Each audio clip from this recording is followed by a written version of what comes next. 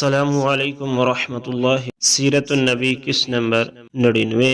چابیاں آ گئیں تو دروازہ کھولا گیا اور حضرت صلی اللہ علیہ وسلم کعبہ میں داخل ہوئے۔ آپ صلی اللہ علیہ وسلم نے اس سے پہلے حضرت عمر رضی اللہ عنہ کو حکم دیا تھا کہ کعبہ میں پہنچ کر وہاں بنی ہوئی تصاویر مٹا دیں، چنانچہ آپ صلی اللہ علیہ وسلم کے اندر داخل ہونے سے پہلے ہی تصاویر مٹائی جا چکی تھیں، لیکن ان تصاویر میں ایک تصویر حضرت ابراہیم علیہ السلام کی بھی تھی۔ حضرت عمر رضی اللہ عنہ نے اس کو نہیں مٹایا تھا۔ اس پر نظر پڑی تو حضرت صلی اللہ علیہ وسلم نے حضرت عمر رضی اللہ عنہ سے فرمایا، عمر، کیا میں نے تمہیں حکم نہیں دیا تھا کہ کعبہ میں کوئی تصویر باقی نہ چھوڑنا؟ اس موقع پر آپ صلی اللہ علیہ وسلم نے یہ بھی ارشاد فرمایا، اللہ تعالیٰ ان لوگوں کو ہلاک کرے جو ایسی چیزوں کی تصاویر بناتے ہیں جنہیں وہ پیدا نہیں کر سکتے۔ اللہ تعالیٰ انہیں ہلاک کرے۔ وہ اچھی طرح جانتے ہیں کہ ابراہیم علیہ السلام نہ یہودی تھے نہ نصرانی، بلکہ وہ پکے سچے مسلمان تھے۔ اس کے بعد اس تصویر کو بھی مٹا دیا گیا۔ پھر حضور صلی اللہ علیہ وسلم نے وہاں دو ستونوں کے درمیان 2 رکعت نماز ادا فرمائی۔ جب آپ اور آپ کے چند ساتھی کعبہ کے اندر داخل ہوئے تھے، اس وقت حضرت خالد بن ولید رضی اللہ عنہ پہرا دینے کے لیے دروازے پر کھڑے ہو گئے۔ وہ مزید لوگوں کو اندر داخل ہونے سے روکتے رہے۔ پھر حضرت صلی اللہ علیہ وسلم باہر تشریف لائے اور مقام ابراہیم پر پہنچے۔ مقام ابراہیم اس وقت خانہ کعبہ سے ملا ہوا تھا۔ آپ صلی اللہ علیہ وسلم نے وہاں 2 رکعتیں ادا کی۔ اس کے بعد آب زمزم منگا کر پیا اور وضو فرمایا۔ صحابہ کرام اس وقت لپک لپک کر حضور صلی اللہ علیہ وسلم کے وضو کا پانی اپنے چہروں پر ملنے لگے۔ مطلب یہ کہ وہ آپ کے وضو کے پانی کو نیچے نہیں گرنے دے رہے تھے۔ مشرکین مکہ نے جب یہ حالت دیکھی تو پکار اٹھے، ہم نے آج تک ایسا منظر نہ سنا، نہ یہ سنا کہ کوئی بادشاہ اس درجے کو پہنچا ہو۔ اللہ کے رسول صلی اللہ علیہ وسلم جب حرم میں آ کر بیٹھ گئے تو لوگ آپ صلی اللہ علیہ وسلم کے ارد گرد جمع ہو گئے۔ ایسے میں حضرت ابوبکر رضی اللہ عنہ اٹھ کر گئے اور اپنے والد ابو قحافہ کا ہاتھ پکڑ کر انہیں لے آئے۔ ابو قحافہ کی بینائی جاتی رہی تھی۔ ادھر یوں ہی حضرت صلی اللہ علیہ وسلم کی نگاہ حضرت ابو قحافہ پر پڑی تو فرمایا، اے ابوبکر، تم نے والد محترم کو گھر پر ہی کیوں نہ رہنے دیا؟ میں خود ان کے پاس چلا جاتا۔ اس پر ابو بکر نے عرض کیا، اللہ کے رسول، یہ اس بات کے زیادہ حقدار ہے کہ خود چل کر آپ کے پاس آئے۔ پھر حضرت ابو بکر رضی اللہ عنہ نے ابو قحافہ کو حضرت صلی اللہ علیہ وسلم کے سامنے بٹھا دیا۔ حضرت صلی اللہ علیہ وسلم نے اپنا دست مبارک ان کے سینے پر پھیرا اور فرمایا، مسلمان ہو کر عزت اور سلامتی کا راستہ اختیار کرو۔ وہ اسی وقت مسلمان ہو گئے۔ حضرت صلی اللہ علیہ وسلم نے فرمایا، ابو بکر تمہیں مبارک ہو۔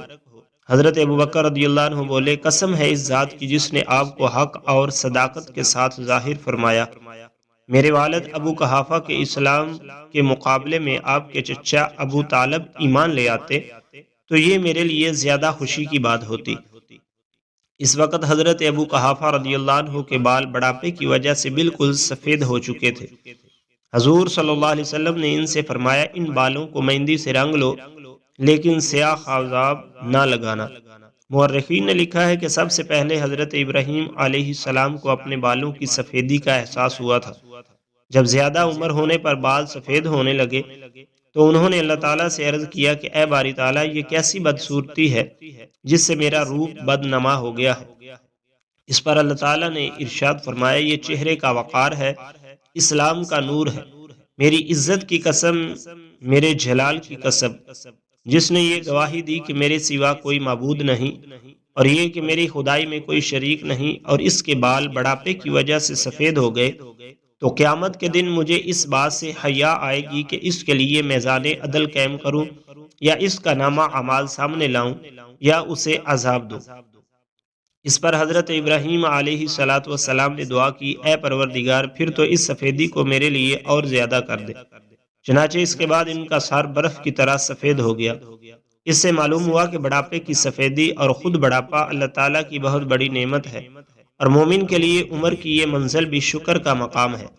حضرت ابوبکر صدیق رضی اللہ عنہ کے گھرانے کو یہ فضیلت بھی حاصل ہے کہ ان کا سارا گھرانہ ہی مسلمان ہوا، کوئی ایک فرد بھی نہ رہا جو مسلمان نہ ہوا ہو۔ اکرمہ بن ابو جہل ان 11 افراد میں سے ایک تھے جن کے قتل کا حکم حضرت صلی اللہ علیہ وسلم نے دیا تھا۔ اس حکم کی وجہ یہ تھی کہ انہوں نے اور اس کے باپ ابو جہل نے مسلمانوں کے ساتھ بہت زیادتیاں کی تھیں۔ یہ حکم سنتے ہی اکرمہ یمن کی طرف بھاگ نکلے۔ اس وقت تک ان کی بیوی حضرت ام حکیم بنت حارث مسلمان ہو چکی تھی۔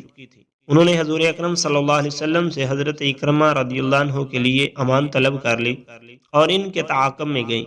حضرت اکرمہ بحری جہاز میں سوار ہو چکے تھے تاکہ کسی دوسرے ملک چلے جائیں۔ یہ بحری جہاز سے انہیں واپس لے آئیں اور ان سے کہا، میں تمہاری طرف سے اس شخصیت کے پاس سے آئی ہوں جو سب سے زیادہ رشتہ داریوں کا خیال کرنے والے اور سب سے بہترین انسان ہیں۔ تم اپنی جان ہلاکت میں مت ڈالو کیونکہ میں تمہارے لیے امان حاصل کر چکی ہوں۔ اس طرح حضرت اکرمہ رضی اللہ عنہ اپنی بیوی کے ساتھ حضرت صلی اللہ علیہ وسلم کی خدمت میں حاضر ہوئے اور اسلام لے آئے۔ حضرت اکرمہ رضی اللہ عنہ بہت بہترین مسلمان ثابت ہوئے۔ وہ بہت زبردست جنگجو بھی تھے، خود جہاد کیا، بڑے صحابہ میں آپ کا شمار ہوا، جنگ یرموک میں رومیوں کے خلاف لڑتے ہوئے شہید ہوئے۔ اس طرح باقی لوگوں کو بھی امان مل گئی۔ ان میں ہندہ بنت حارث بھی تھیں۔ حضرت صلی اللہ علیہ وسلم نے ان کے قتل کا بھی حکم دیا تھا۔ یہ حضرت ابو سفیان رضی اللہ عنہ کی بیوی تھی۔ ان کے قتل کا حکم آپ نے اس بنا پر دیا تھا کہ غزوہ احد میں انہوں نے حضرت حمزہ رضی اللہ عنہ کا مسئلہ کیا تھا، یعنی ان کے ناک کان وغیرہ کاٹے تھے، لیکن انہیں بھی معافی مل گئی اور یہ بھی مسلمان ہو گئی۔ صفوان بن امیہ کے قتل کا بھی حکم ہوا تھا، انہیں بھی معافی مل گئی اور یہ بھی مسلمان ہو گئے۔ کعب بن زہیر کو بھی معافی مل گئی، یہ اپنے اشعار میں آپ صلی اللہ علیہ وسلم کو برا بلا کہتے تھے، یہ بھی مسلمان ہو گئے۔ اسی طرح وحشی نے غزوہ احد میں حضرت حمزہ رضی اللہ عنہ کو شہید کیا تھا۔ حضرت صلی اللہ علیہ وسلم نے ان کے بھی قتل کا حکم فرمایا تھا، لیکن یہ بھی مسلمان ہو گئے۔ پھر اس روز یعنی فتح مکہ کے دن حضور صلی اللہ علیہ وسلم صفا پہاڑی پر جا بیٹھے اور لوگ گروہ در گروہ آپ کی خدمت میں حاضر ہو کر اسلام قبول کرتے رہے۔ تمام چھوٹے بڑے مرد حاضر ہوئے، عورتیں بھی آئیں، سب اپنے اسلام کا اعلان کرتے رہے۔ ایک اور صاحب حضرت صلی اللہ علیہ وسلم کی خدمت میں حاضر ہوئے تو آپ صلی اللہ علیہ وسلم کے رعب سے کانپنے لگے اور دہشت زدہ ہو گئے۔ حضور صلی اللہ علیہ وسلم نے ان کی حالت دیکھ کر فرمایا، ڈرو نہیں، میں کوئی بادشاہ نہیں ہوں، بلکہ میں تو قریش کی ایک ایسی عورت کا بیٹا ہوں جو معمولی کھانا کھایا کرتی تھی۔ اس وقت جن لوگوں نے اسلام قبول کیا ان میں حضرت امیر معاویہ بن ابو سفیان رضی اللہ عنہ بھی تھے۔ حضرت امیر معاویہ رضی اللہ عنہ کہتے ہیں کہ صلح حدیبیہ کے موقع پر ہی اسلام کی محبت میرے دل میں گر کر چکی تھی۔ میں نے اس بات کا ذکر اپنی والدہ سے کیا تو انہوں نے کہا، خبردار اپنے والد کی خلاف ورزی نہ کرنا۔ اس کے باوجود میں نے اسلام قبول کر لیا مگر اس کو چھپائے رہا۔ پھر کسی طرح میرے والد ابو سفیان کو پتہ چل گیا۔ انہوں نے ناراضگی کے انداز میں مجھ سے کہا، تمہارا بھائی تم سے کہیں بہتر ہے کیونکہ وہ میرے دین پر قائم ہے۔ پھر فتح مکہ کے موقع پر میں نے اپنے دین کو ظاہر کر دیا اور حضرت صلی اللہ علیہ وسلم سے ملاقات کی۔ آپ صلی اللہ علیہ وسلم نے مجھے خوش آمدید کہا۔ پھر میں کاتب وحی بن گیا، یعنی قرآن کی نازل ہونے والی آیات حضور صلی اللہ علیہ وسلم مجھ سے لکھوایا کرتے تھے۔ اسی روز حضرت ابو سفیان رضی اللہ عنہ کی بیوی یعنی حضرت امیر معاویہ رضی اللہ عنہ کی والدہ ہندہ رضی اللہ عنہا بھی مسلمان ہوئیں۔ ان کے علاوہ بے شمار عورتیں اس روز اسلام لائیں اور آپ صلی اللہ علیہ وسلم سے بیعت ہوئیں، لیکن آپ صلی اللہ علیہ وسلم نے عورتوں سے مصافحہ نہیں فرمایا۔ حضرت عائشہ صدیقہ رضی اللہ عنہ فرماتی ہیں کہ حضرت صلی اللہ علیہ وسلم نے کبھی بھی کسی عورت سے مصافحہ نہیں فرمایا۔ مطلب یہ کہ عورتوں سے آپ صلی اللہ علیہ وسلم زبانی بیعت لیا کرتے تھے۔ فتح مکہ کے موقع پر حضرت صلی اللہ علیہ وسلم نے ارشاد فرمایا، میرے پروردگار نے مجھ سے اسی فتح اور نصرت کا وعدہ فرمایا تھا۔ خانہ کعبہ کی چابی عثمان بن طلحہ کے پاس تھی، ان سے منگوا کر خانہ کعبہ کو کھولا گیا تھا، پھر دروازے پر تالا لگا دیا گیا اور آپ صلی اللہ علیہ وسلم نے چابی پھر عثمان بن طلحہ کو دے دی۔ اس وقت تک وہ اسلام نہیں لائے تھے، مگر حضور صلی اللہ علیہ وسلم کا یہ سلوک دیکھ کر وہ بھی مسلمان ہو گئے۔